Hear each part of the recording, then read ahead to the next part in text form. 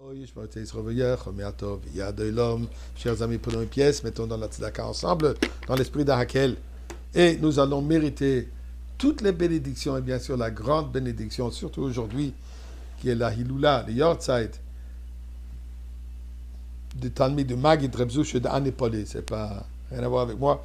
Rebzouche de Anipolé, juste dans son mérite, dans son srout, on mérite déjà la venue de la Géoula, aujourd'hui même. Eh bien, en parlant de la Géoula, dans la paracha de cette semaine, on nous raconte la sortie d'Égypte. Et depuis, comme ils disent en français, le plus ça change, le plus ça reste la même chose. Depuis, nous avons toujours eu besoin de prouver, de se justifier devant la Cour mondiale, là où elle se trouve, aux Nations Unies, etc., dans tous ces endroits qui n'arrêtent pas de nous accuser de tout ce qui se passe. Et nous avons toujours besoin de justifier notre existence, notre droit d'exister, notre droit à Eretz Israël. Eh bien, je vais partager avec vous une Gemara Sanhedrin, où la Gemara nous raconte quelques histoires extraordinaires et qui sont tellement vraies aujourd'hui. Les pions ont changé, mais le jeu est le même.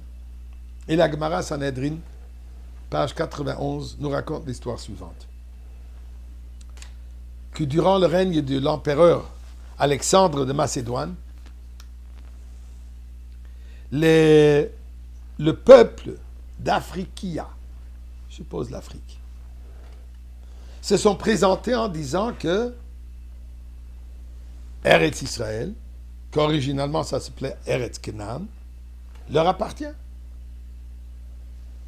Et prétendent qu'eux sont les descendants de Kenan. Donc, et la Torah n'appelle Eretz Kenan Ligvulotea, le pays de Kenan et toutes ses frontières. Donc, la Torah elle-même appelle cet endroit le pays de Kenan, Eretz Kenan. Nous sommes les descendants de Kenan, donc on est les héritiers, ça nous appartient. Avec quel droit les Juifs d'Israël se trouvent là-bas? À l'époque, il y avait un individu au nom de Gvia ben Pessissa, un homme brillant, que dans tous les débats, c'était lui qui représentait la communauté juive. Et à ce moment, il s'est présenté devant les Chachamim, offrant ses services. Les Chachamim, ils ont accepté ses services. Et comme il disait que si je vais perdre, vous pourrez dire qu'un homme simple a perdu, le débat devra encore reprendre avec les Chachamim. Si je vais gagner, eh bien c'est la Torah qui va gagner. D'accord. Se présent devant l'empereur, et les gens, le peuple d'Afriquia, présentent leur argument. Eretz Kenan, nous sommes descendants, ça nous appartient. Gvia ben Sissa doit maintenant, même si ça doit répondre. Il dit, je vais faire comme vous. Vous vous basez sur la Torah, je vais vous répondre avec la Torah. Vous vous souvenez que Noach avait 3 fils, Shem, Ham et Yafes. Ham, quand il s'est comporté d'une manière inacceptable envers son père l'a maudit. Et qu'est-ce qu'il lui a dit? Eved Kenan, Arur Kenan, Eved Avadimiya. Kenan qui soit maudit, qui soit toujours un esclave. Donc, en sorte, vous êtes des esclaves. Eh bien, la halakha nous dit, Mashekana Eved Kana Rabo.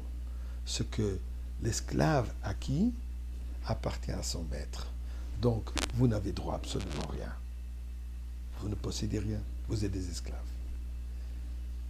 L'empereur se tourne vers eux et dit, qu'est-ce que vous avez à répondre? Ils ont dit, on a besoin de 3 jours pour réfléchir.